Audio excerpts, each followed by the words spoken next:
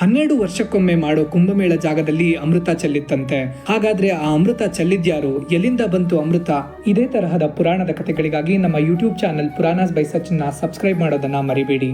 ಕುಂಭಮೇಳ ಸುಮಾರು 12 ವರ್ಷಗಳ ಚಕ್ರದಲ್ಲಿ ಬೃಹಸ್ಪತಿ ಅಂದರೆ ಗುರು ಪ್ರತಿಕ್ರಾಂತಿಯನ್ನು ಪೂರ್ಣಗೊಳಿಸುವಾಗ ಆಚರಿಸಲಾಗುತ್ತದೆ.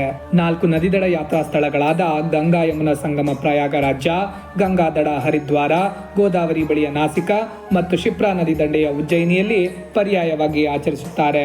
ಒಂದು ಕಥೆಯ ಪ್ರಕಾರ ದೇವತೆ ಮತ್ತೆ ರಾಕ್ಷಸರು ಸೃಷ್ಟಿಯ ಸಾಗರವನ್ನು ಮಂಥನ ಮಾಡುತ್ತಿದ್ದಾಗ ಅಮೃತದ ಮಡಕೆ ಅಂದರೆ ಅಮರತ್ವದ ಮಕರಂದ ಹೊರಬಂತು. ದೇವತೆಗಳು ಮತ್ತು ರಾಕ್ಷಸರು ಅಮೃತದ ಕುಂಭ ಎಂಬ ಈ ಮಡಿಕೆ ಮೇಲೆ ಹೋರಾಡುತ್ತಾರೆ.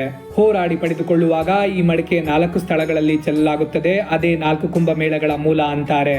ಕೆಲವರು ಅಮೃತವನ್ನು ಸ್ತ್ರೀ ರೂಪದ ವಿಷ್ಣು ಮೋಹಿನಿ ಆದಾಗ ಚೆಲ್ದ ಅಂದ್ರೆ, ಮತ್ತೆ ಕೆಲವರು ಧನ್ವಂತ್ರಿ, ಗರುಡ ಅಥವಾ ಇಂದ್ರ ಚೆಲ್ಲಿದರು ಅಂತಾರೆ. ಆದರೆ ಅಮೃತ ಕೊನೆಗೆ ಸಿಕ್ಕಿದ್ದು ದೇವತೆಗಳಿಗೆ.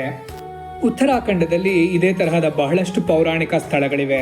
ನನ್ನ ಉತ್ತರಾಖಂಡ ಹಾಗೂ ಕೇದಾರನಾಥನ ಪೂರ್ಣ ಪ್ರವಾಸದ ವಿಡಿಯೋ ಯೂಟ್ಯೂಬ್ನಲ್ಲಿದೆ. ಇನ್ನು ಇದೇ ತರಹದ ಕಥೆಗಳಿಗಾಗಿ ನಮ್ಮ channel Puranas by Sachin subscribe ಮಾಡೋದನ್ನ ಮರಿಬೇಡಿ.